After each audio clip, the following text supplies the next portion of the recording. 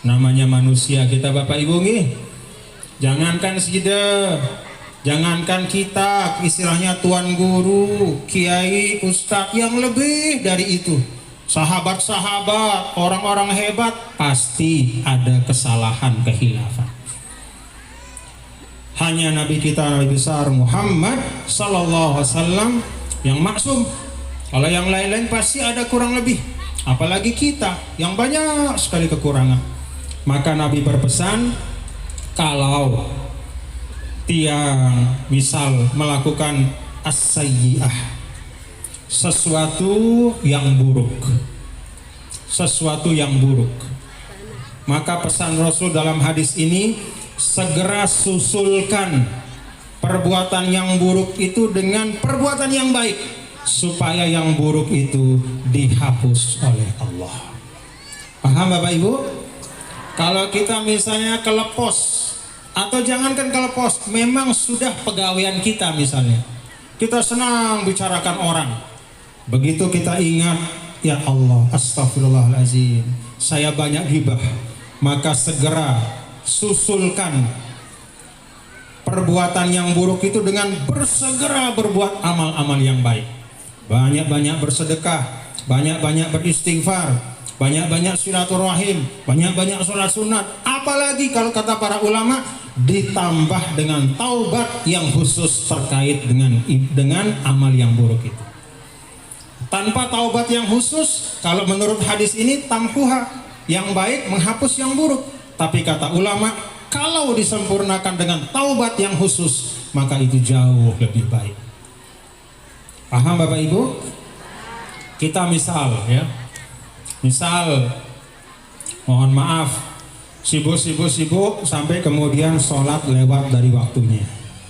Misalnya, sibuk lipekan di pasar, nendak tok, untung besar 100-200 ribu, sampai lewat zuhur. Begitu ingat, segera laksanakan sholat itu, kemudian susulkan dengan berbuat baik yang lain, misalnya bersedekah, beristighfar, bersilaturahim, atau puasa sunnah, dan kata ulama, tambah dengan satu taubat yang khusus. Ya Allah, tiang lunas ampun atas kelalaian tiang melaksanakan sholat zuhur hari ini. Tiang lunas, maaf, ampuni tiang. Nah, kalau kata ulama, begitu kita melakukan perbuatan yang baik, setelah kita berbuat yang tidak baik, ditambah dengan taubat yang khusus terkait dengan amal itu, insya Allah bersih, insya Allah kembali suci, insya Allah diampuni oleh Allah Subhanahu wa Ta'ala. Kemudian yang ketiga, wa khaliqin nasa bihulukin hasan, bergaullah dengan manusia dengan akhlak yang baik.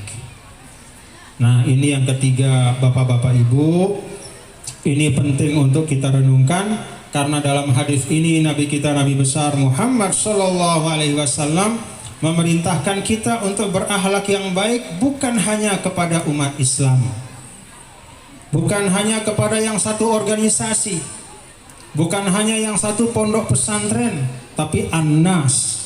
Annas itu artinya manusia siapapun, sesuai dengan kondisi dan situasinya.